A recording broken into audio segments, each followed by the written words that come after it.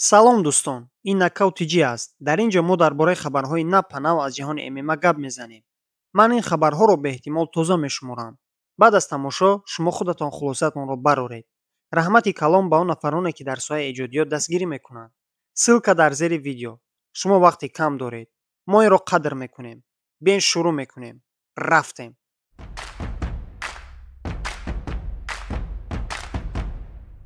пас аз анҷом расидани турнири ACA 192 оташу алангаи ҷангварон ҳоло хомӯш нашудааст ва мо имрӯз оиди Беҳрӯз Зуҳуров гап мезанем.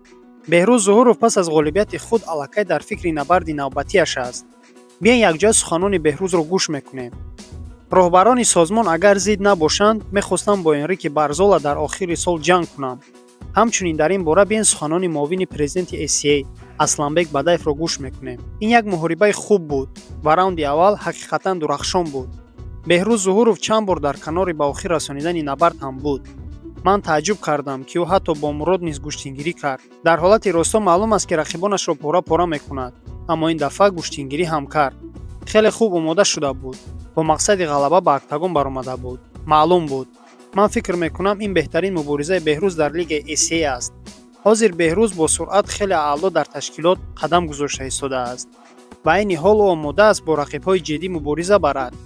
аз як тараф ҳама мехоҳанд бо Барзола мубориза конанд ва услуби Беҳрӯз бо услуби Энрике Барзола хеле мувофиқ меояд. аммо бо ҳама ин нигоҳ накарда, қайд кардан зарур аст, ки Беҳрӯз берун аз қафас дар шабакаҳои иҷтимоӣ фаъол нест. аммо Энрике фаъол аст, ки ҳамаи ҷангварон мехоҳанд ҳадди аққал аз ҷиҳати расонавӣ истифода баранд. ӯ ном дорад, дар бузургтарин лигаҳои ҷаҳон мубориза кардааст. ӯ метавонад муҳорибаи худашро муаррифӣ кунад. набардҳои Барзола шавқоваранд. аз ин рӯ ман фикр мекунам, Беҳрӯз метавонад набард бо Барзоларо ба даст биёрад. аммо на худи ҳозир, каме дертар, гуфт Асланбек. Энрике Барзола ҷангвари перуӣ мебошад ва рекорди касбиаш аз 23 ғалаба, 9 бохт ва 2 мусовӣ иборат аст. хотиррасон мекунем, ки Энрике Барзола 6 июни соли 2025 Ҳафиз Сақибековро дар раунди сеюм бо усули буғӣ кардан шикаст дода буд. шумо оиди ин рақобат чӣ фикр доред? ба гуфти шумо, матчмейкерони ташкилоти ACA набарди Беҳрӯз ва Энрикеро баргузор мекунанд? дар зери видео фикратонро нависед.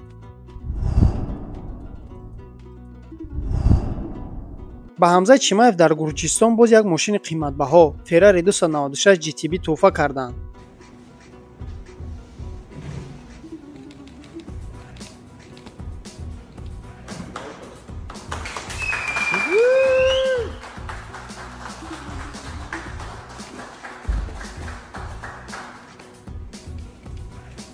хотиррасон мекунем, ки айни ҳол Ҳамза чемпиони вазни миёнаи ташкилоти UFC мебошад.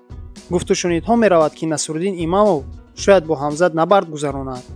аммо фаромӯш намекунем, ки ҳоло дар ин ҷо Ренье де Ридер низ ҳаст ва Ренье де Ридер бо Брендан Аллен 18 октябр вомехӯранд.